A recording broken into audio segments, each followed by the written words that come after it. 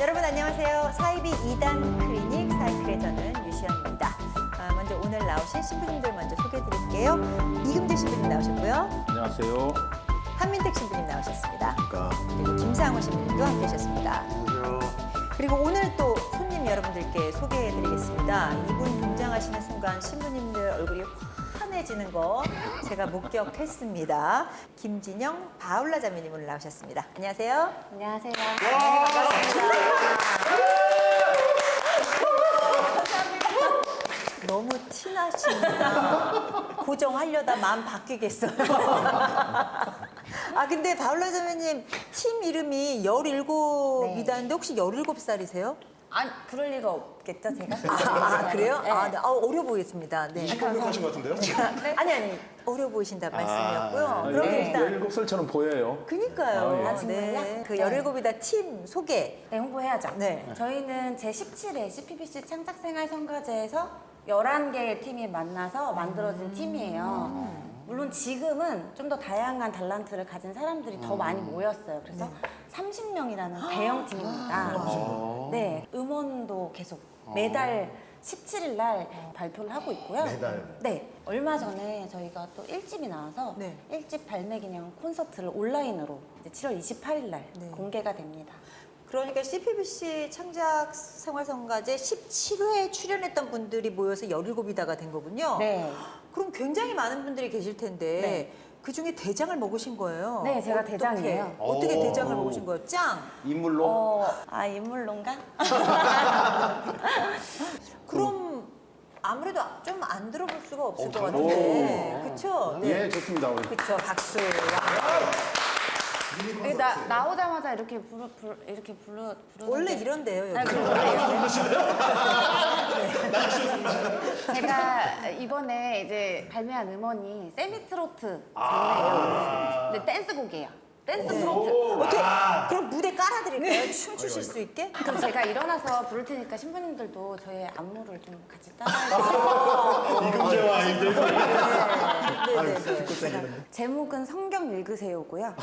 많이 관련이 있잖아요, 이 프로그램이랑. 그렇죠. 우리하고 딱 맞는 거네. 네. 네, 한번 불러보도록 하겠습니다. 네. 박수. 성경 읽으세요. 성경 읽으세요. 말씀의 양식이 가득한 성경을 이렇게.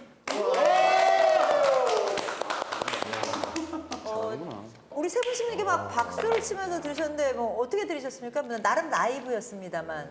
이 뭐야 청년이 트로트 하니까 확실히 달라요. 아까 이렇게 녹화하기 전에 신부님들 옆에서 계속 이렇게 트로트 하셨는데 네.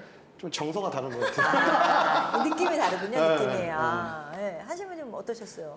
영도사나 저기요, 신부님. 잠시만요. 못 잊을 영도사나 어떻습니까? 신부님 여태까지 나쁘지 않았는데 이거 오늘로 이거 지금.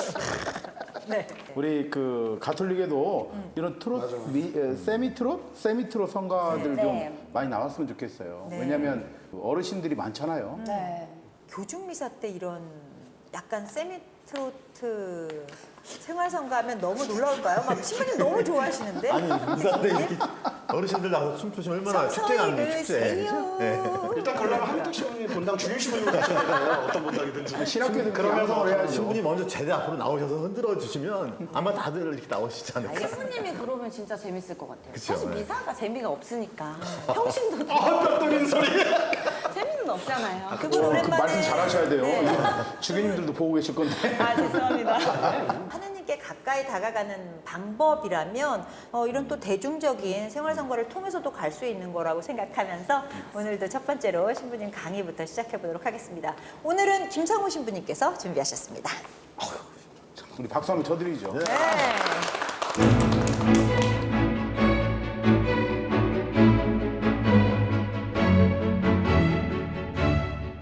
네, 사이클 3회 특강을 맡은 김상호 바오로 신부입니다. 사이비 유사종교의 성경 해석에 대해서 오늘 좀 입문적인 성격으로 이렇게 문을 여는 듯한 성격으로 말씀을 드릴 겁니다. 그 유사종교 사이비에서 자신들의 어떤 교리 내지는 어떤 교주의 정당성을 확립하기 위해서 교리를 설명하기 위해 유리한 구절들, 구약성경, 신약성경, 뭐 기타 이것들 원하는 것만 픽픽픽 그냥 요 문장만 오려서 자기네들이 원하는 방식으로 아전인수격으로 해석을 합니다. 성경이라는 것은 사실은 신앙 공동체의 신앙 고백서예요.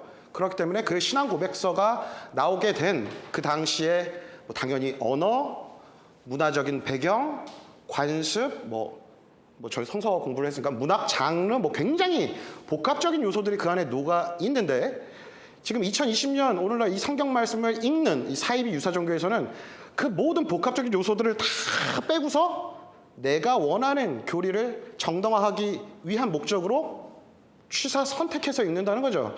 그러면 가톨릭에서는 그럼 어떻게 성경을 해석하는가? 가톨릭 교회에서 이야기하는 성경 해석과 관련된 부분은 사실 계시라는 말이 꼭 나와야 됩니다. 계시, 이제 감추어진 창조주, 절대자 하느님께서 당신 자신을 드러내 보이시는 것. 그러니까 눈에 보이지 않는 하느님, 또 인간의 이 그 감각, 오감으로 다 파악할 수 없는 그 하느님께서 피조물인 인간에게 먼저 당신 자신을 드러내시고 우리에게 먼저 손을 내미시고 다가오신 것, 바로 그거를 계시라고 설명을 합니다. 가톨릭 교회 교리에서 계시에 두 가지 원천이 있습니다. 성경과 성전입니다. 자, 따라해볼까요? 성경. 자, 그다음에 성전. 네. 자, 성경은 우리가 잘 알고 있는 것처럼 성경책 있죠? 제가 이따 보여드릴게요. 신약, 구약 성경책입니다. 하느님의 말씀인 성경책. 신앙 공동체, 구약의 백성들, 이스라엘 백성들, 또 신약의 백성들이 본인들의 신앙을 고백하는 신앙 고백서입니다. 근데 이제 글로 남겨진 거죠. 근데 성전이라는 것은 글로 옮겨지지는 않았으나 그 외에 다른 전통을 통해서 우리에게 오늘날까지 전해지는 어떤 교회 안에서의 사도들로부터 이어오는 어떤 교회 안에 살아있는 전통이라고 이야기를 할 수 있겠습니다. 이 부분은 나중에 좀 더 설명을 해드릴게요. 자, 가톨릭 교회에서는 아무튼 기본적으로 계시의 두 가지 원천을 성경과 성전이라고 이야기를 합니다. 그래서 개신교, 특별 개신교, 그리고 어떤 유사종교, 사이비 이런 데서는 성전을 보통 인정하지 않고 본인들이 하고 싶은 말만 합니다. 그래서 성전, 가톨릭교에서 말하는 성전을 인정하는 순간 본인들의 이 정당화 작업이 정당해지지 않거든요. 자, 그러면 사이비 유사종교에서는 어떻게 성경을 해석하는지 살짝 맛을 보여드리겠습니다. 살짝. 네, 잠깐 끊었다가요. 분장할게요.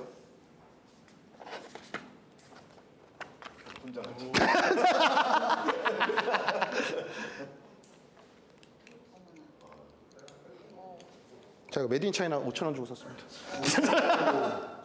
좋아요. 짠 하고 나타나야 되겠네. 자, 짠! 자, 사이비 유사종교에서 성경을 어떻게 해석하는지를 간략하게 설명을 드리면, 제가 지금 변신하고 나타났죠? 네. 제가 뭘 쓰고 있어요? 선글라스. 검은 안경. 네. 색안경을 끼고 있죠? 색안경. 사실 답정남이에요. 답 다 정해놨어요. 대본대로 갑니다. 네. 자, 색안경을 썼죠? 자, 저는 지금 이게 요 미러 선글라스 이걸로 보여요, 색깔이. 근데 이렇게 하면 다시 하얗게. 있는 그대로 보이는 거죠. 사실 사이비 유사종교에서 성경을 해석할 때 한번 그들의 논리에 설득된 사람들은 이게 스스로 이렇게 벗겨지지가 않는다는 거죠. 눈꺼풀이 씌운다 이 얘기인 거죠? 그렇죠. 네. 그러니까 사실은 이렇게 원래 있는 그대로 볼 수 있는 세상을 이 필터링을 하면서 왜곡해서 볼 수 있는 부분이 있다는 거죠. 그러면 이렇게 색안경을 끼고 해석하는 그 사이비 유사종교의 예를 간략하게 하나만 들도록 하겠습니다. 네, 우리가 지난번에도 얘기했던 그 신천지 같은 경우에 교주 이만희 그 시의 정당성을 옹호하기 위한 논거로 다음과 같은 이야기를 합니다. 자, 구약성경에 예수님이라는 이름이 없다. 근데 이만희 역시도 구약성경, 신약성경에 이름이 없다. 그렇기 때문에 예수님께서 구세주이신 것처럼 이만희 씨도 약속된 선지자, 이긴 자, 보혜사, 이런 내용을 해석을 펼칩니다. 그래서 결국에는 예수님과 이만희를 그러니까 이만희를 통해서 예수님의 어떤 뭐 그런 구원 계획이 완성됐다라고 주장을 하는 것 같아요. 구약에는 등장하지 않는 예수님이 신약에 등장한 것처럼 네. 구약 신약에 등장하지 않는 이만희가 그다음 신신약에는 그렇죠, 등장해서 그렇죠. 주인공이다. 이 얘기인 거죠. 네. 네. 신천지 전체 교리를 지금 얘기드릴 수는 없고 요 명제만 갖고 제가 조금 비판을 해보려고 합니다. 요 명제. 자, 성경이 뭘로 쓰였죠? 손으로요. 오, 맞았어요. 자, 살짝 보여드리면 뭐 이거 이따가 뭐 보시겠죠? 이게 구약 성경입니다. 구약 성경 뭐 보신 적 있으세요? 처음 봤어요. 이렇게 원문으로 된 건 처음 봤어요. 그러죠. 히브리어로 네. 쓰여진 거예요? 그렇죠. 뭐 보세요. 구약 성경 이렇게 히브리어로 쓰여져 있어요. 네. 예, 구약 성경 이렇게 히브리어로 써 있고, 자, 이거는 신약 성경입니다. 네. 신약 성경은 그리스어, 네. 헬라어, 뭐 내전에 히라버라고도 하는데 이런 언어로 쓰여 있어요. 근데 이런 언어로 쓰여져 있는 이 신구약 성경을 오늘날 우리가 2020년도에 읽을 때는 어떤 언어로 읽죠? 번역되어 있는 네, 한국말로. 현대어로 번역해서 있습니다. 근데 성경이 1차적으로 쓰여진 언어는 구약 성경 같은 경우는 히브리어. 히브리어 단어 하나 써놨어요. 자, 와. 박사예요. 자, 신약 성경은 이 그리스어. 여러분들 그 고등학교 때 알파, 베타, 감마 네. 수학 시간에 배웠잖아요. 수학이 그렇죠, 점점 나오잖아요. 감마. 네. 그 알파벳으로 쓴 게 이제 히라버, 그리스어, 뭐 헬라어 이렇게 부르는 언어입니다. 그러니까 요 히브리어는 구약의 언어, 그리스어는 신약의 언어입니다. 질문이 있습니다. 네. 지금 제가 그 히브리어로 쓰여진 구약과 헬라어로 쓰여진 신약을 살짝 보았더니 우리가 보통 쓰는 성경과 달리 윗부분의 성경이고 밑에는 마치 주해 같은 내용인데 맞습니까? 엄밀히 말하면 주애라기보다는 네. 그 성경이 쭈마냐. 여러 가지 사본들이 있어요. 네. A 사본, B 사본, C 사본. 네. 이제 그것 중에서도 어떤 내용이 어떤 사본이 조금 더 많이 발견됐는가.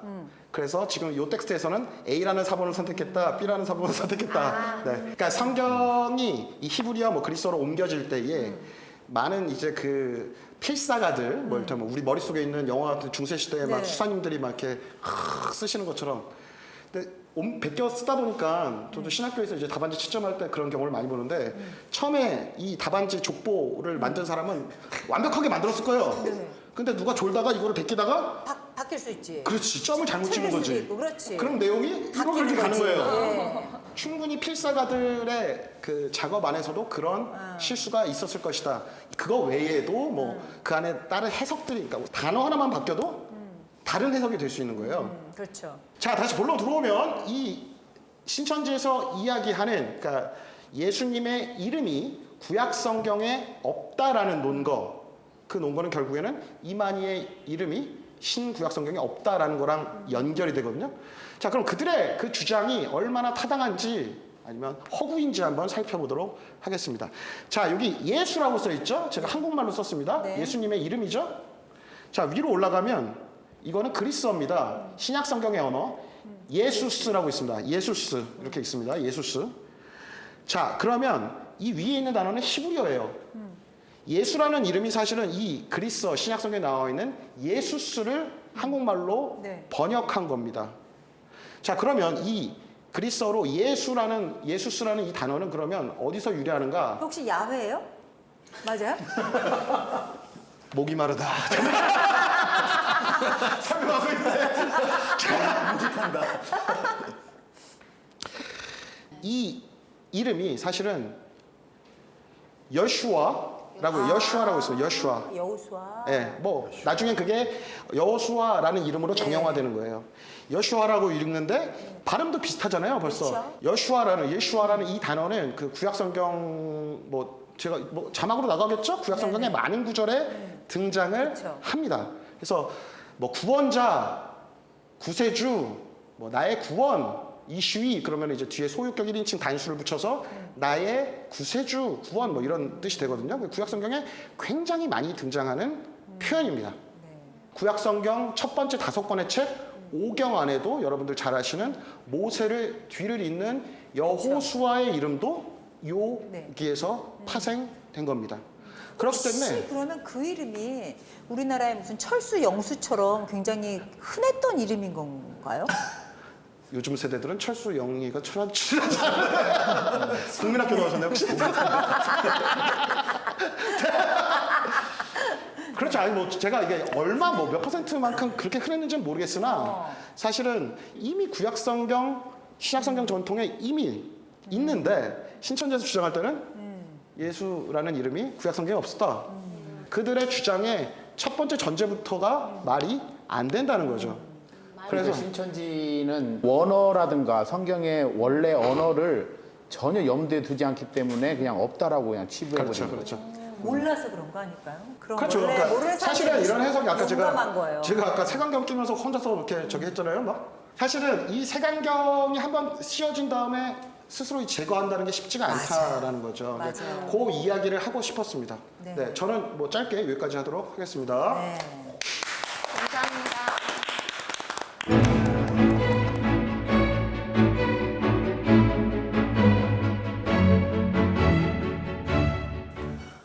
파리 박사 김상우 신부님 오늘 진짜 박사 같아서 막 야수와 막 이런 것도 하고 그러니까 여수가 떠오셨어요.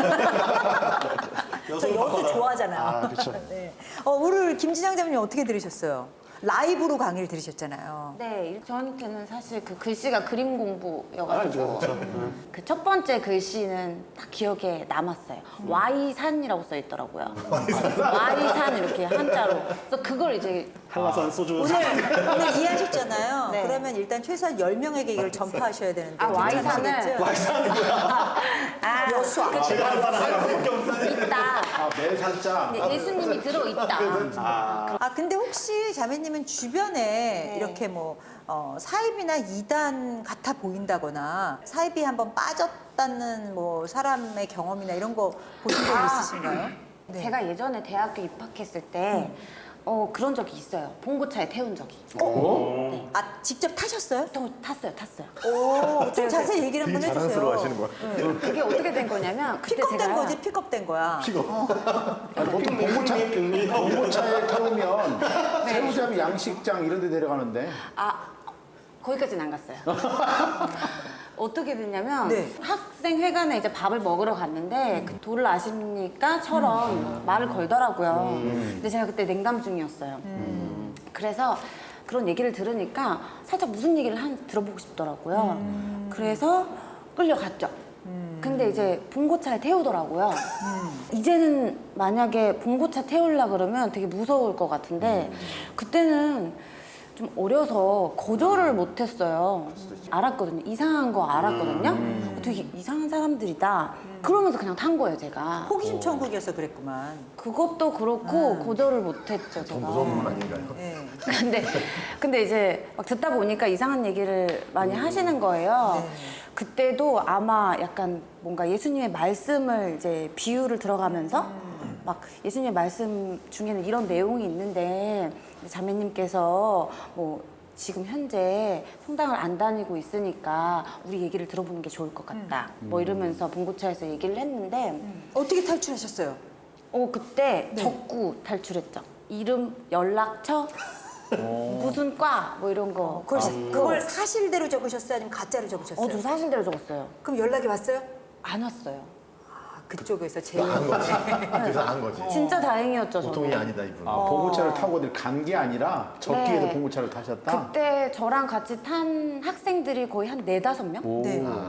그렇게 저처럼 약간 그 좀 이렇게 거절 못하는 애들이 네. 같이 타가지고 다행히도 제가 표정에서 좀 이렇게 좀 싫어하는 게 보였는지 연락은 안 오더라고요. 다행이었죠. 이런 경우가 흔한 경우인 건가요? 이금재 신부님? 형태는 조금 다르지만 네. 그런 경우들이 많죠.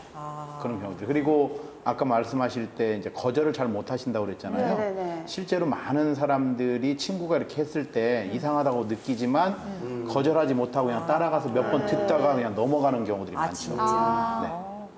저는 아직 그런 경험은 없어요. 물론 뭐 미모가 좀 딸려서 그런 것 같기도 한데 웃자고 한 얘기, 웃자고 한 얘기. 네. 오늘 그 신부님 강의가 혹시 일반 신자 입장에서 볼 때 좀 뭐 어렵거나 그렇진 않으셨는지. 어렵지 않았어요. 이렇게 색안경까지 쓰시면서 몸개그까지. 네, 꼼짝까지 해주셔서 네. 맞아요. 그 색안경 없었으면 정말 재미도 없고 뭔 말을 하는지도 몰랐을 거예요. 그나마 색안경이 살렸어요. 좋습니다. 그렇다면 오늘 김상욱 신부님의 강의 점수를 매긴다면 10점 만점에 몇 점? 말하지 마! 평가받기 싫어요. 근데 신부님께서 어려운 얘기를 굉장히 잘 풀어주신 것 같아요. 그러니까는 우리 김지영 자매님께서 아주 편하게 이해를 하셨고 여수화인데 Y사 뭐 이렇게 말씀하신 걸 보니까 Y산, 네. Y산. 넘어갔습니다. 여수와는 기억이 안 날 거고 Y산만 기억이 나요. 마이산하고 근데 얘기를 할 수 있을 것 같아요. 저한테 또 와가지고 봉고차를 태우려고 한다면 이만희 성경에 안 나온 걸로 나 오시지 마라. 분명 예수님 나왔다. 이렇게 얘기할 수 있을 것 같아요. 그것만 하셔도 오늘 핵심을 파악하신 거예요. 그래요. 그러면서 그렇죠. Y산 그려주면서 이게 예수님이다. 그들이 그런 거 아니야? 네가 왜 거기서 나와? 마이산이 왜 거기서 나와? 아이 뭐 시보리어까지 오늘 마스터를 하셨습니다. 아, 대단합니다. 아까 이 예수라는 그 여수아라는 이름이 그 당시 아마도 좀 흔했던 이름은 아닐 것이냐라는 얘기도 나왔는데 그 뜻이 뭐 구원자다라는 말씀을 하셨잖아요. 근데 뭐 중요한 건 제 생각에는 그 현대 이 청년들이 거기 많이 빠지는 이유는 예, 성경에 나오는 어떤 구원과 그들이 이야기하는 구원 중에서 솔깃한 거죠. 근데 많은 신자들이 잘 모르는 게 청년들이 구원이 무슨 말인지, 은총이 뭔지, 성화가 뭔지, 하느님의 어떤 자녀가 된다는 게 뭔지 와닿았기 때문에 막연하게 갖고 있는데 그들은 구원이라는 단어를 갖고 굉장히 아주 그냥 이렇게 좀 정신을 바짝 이렇게 이렇게 쏟을 수 있게 하면서 접근하기 때문에 완전히 거기 몰입되는 거죠. 사실은 로마서에도 보면요. 네. 로마서 8장에 우리는 모두 구원을 받았습니다. 이런 말씀이 나와요. 물론 우리 희망으로 구원을 받았습니다. 사실은 구원을 받은 거죠, 이미. 그리고 우리는 구원의 어떤 그 길에서 완성으로 가고 있는 건데 많은 신자들이 내가 정말 구원 받았다라는 걸 잘 느끼지 못하고 경험하지 못하기 때문에 네. 자꾸 그런 것에 이제 현혹돼서 쉽게 그쪽이 빠지는 거죠. 그 사이비는 시대별 구원자론이라는 게 있어요. 시대별 구원자. 네. 그러니까 시대마다 구원자가 있다. 그렇지. 한 사람이 영생을 금방 갈 신부님 수는 얘기했던 없으니까. 것을 이제 다르게 사이비들이 이용할 수도 있는 건데, 네. 그러니까 아담도 구원자고 모세도 구원자고 여호수아도 구원자다. 그리고 2000년 전에 예수님도 구원자고 네. 오늘날 새로운 시대니까 새로운 구원자가 있다. 이렇게 가거든요. 네. 그 맹점이 뭐냐면 예수님과 성경에 나오는 인물들이 동급으로 취급이 되거든요.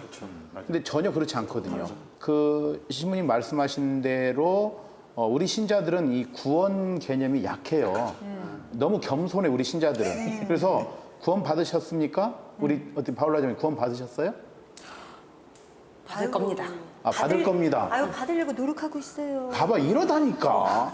개신교 신자들은 막 구원 받았습니까? 뭐 이러면 아멘, 그래 아멘 그러는데. 믿음이 약해서요. 우리 신자들은 구원 받았으면 막 글쎄 제가 뭐 언제 구원 받겠죠 뭐 이런 식이잖아요. 이게 구원이 약하다는 거야 우리가. 사실은 우리는 이미 구원받은 존재로서의 삶을 사는 거고 그러나 아직 완성되진 않았다. 그래서 이미와 아직 사이를 산다. 이미와 아직 사이에서 구원받은 존재로 살아가는 기쁨을 살아야 되는데 그게 약하다는 거죠.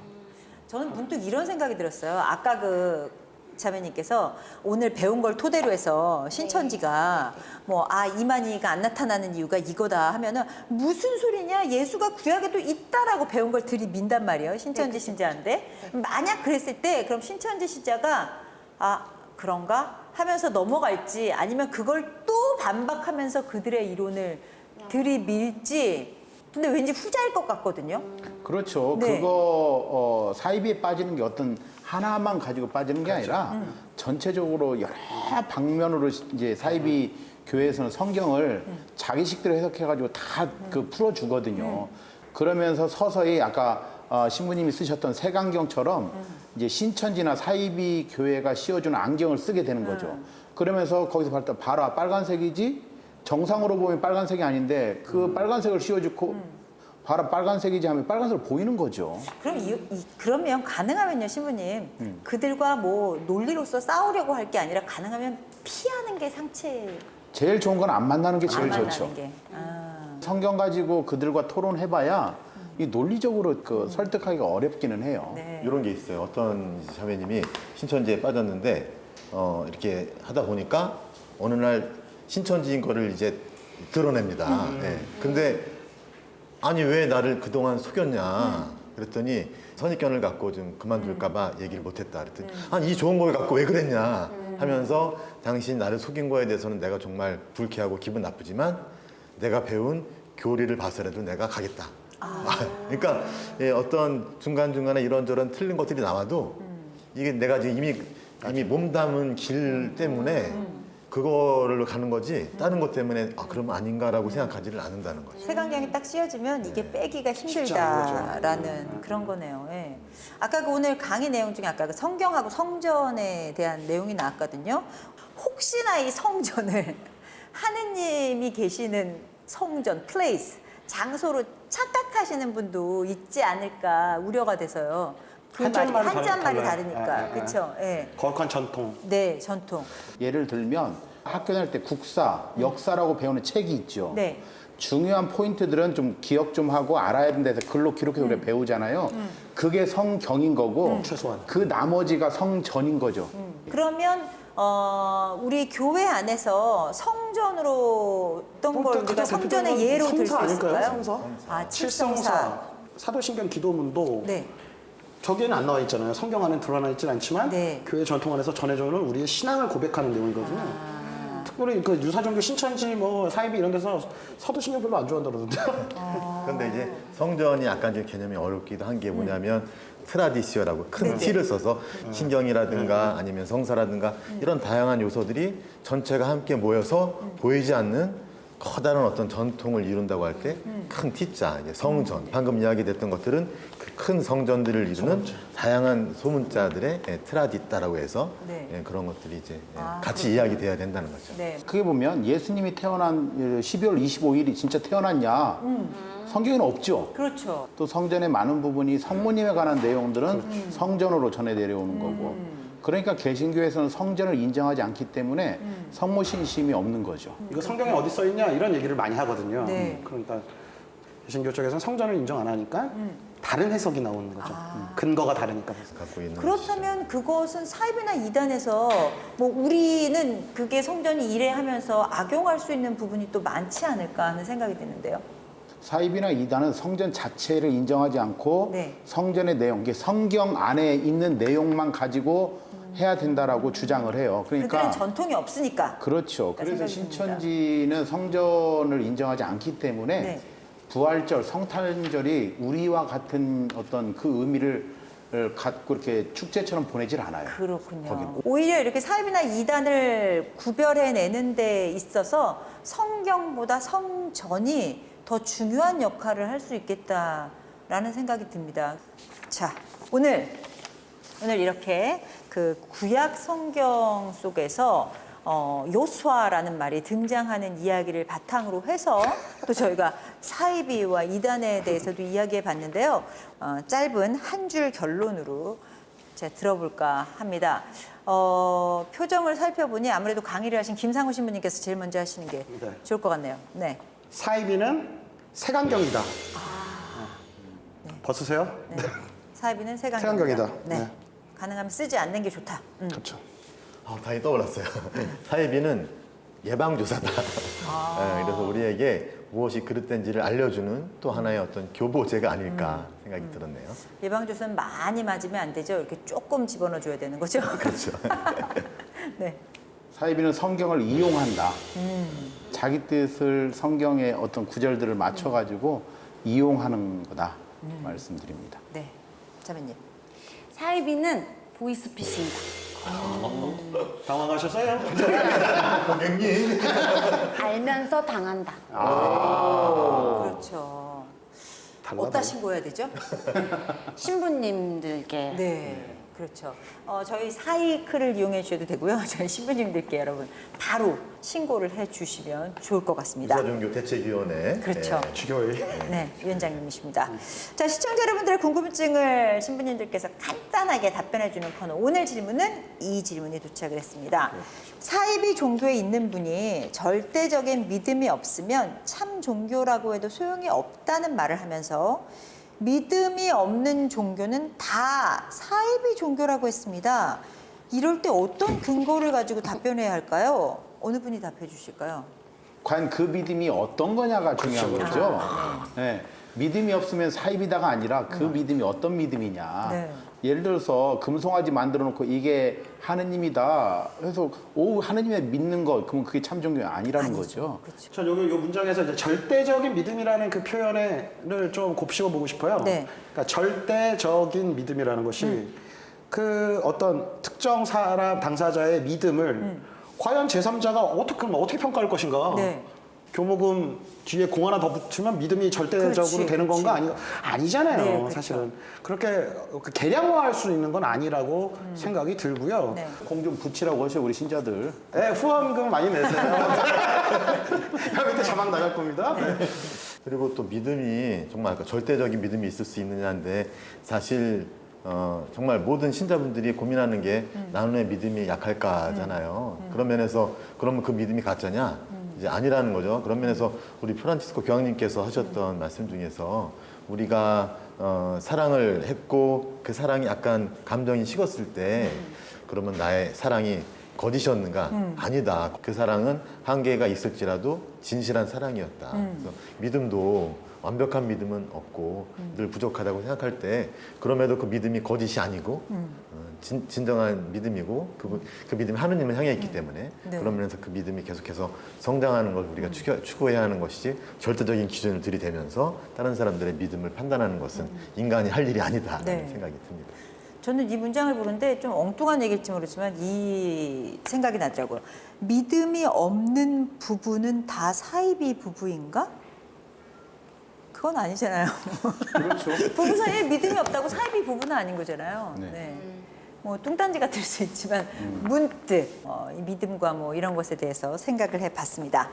자, 사이클 어느덧 마칠 시간인데요. 오늘 저희하고 처음 이렇게 또 함께 해주셨는데요. 자매님 어떠셨는지요? 내용을 들으면서 좀 어렵긴 했거든요.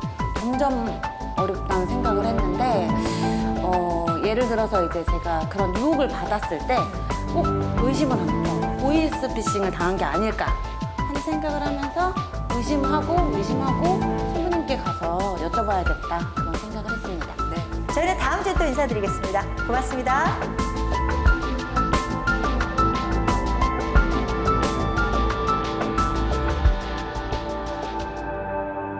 사실 초반에 한 신부님께 살짝 죄송한 마음이 있었어요. 그 무언가 이렇게 노래를 하시고 싶어 하시는 것 같았는데, 네, 우리 신부님의 그 트로트 무대를 살짝 감상해 보도록 하겠습니다. 제가 부끄러움이 많아서 얼굴을 가리고 용두산아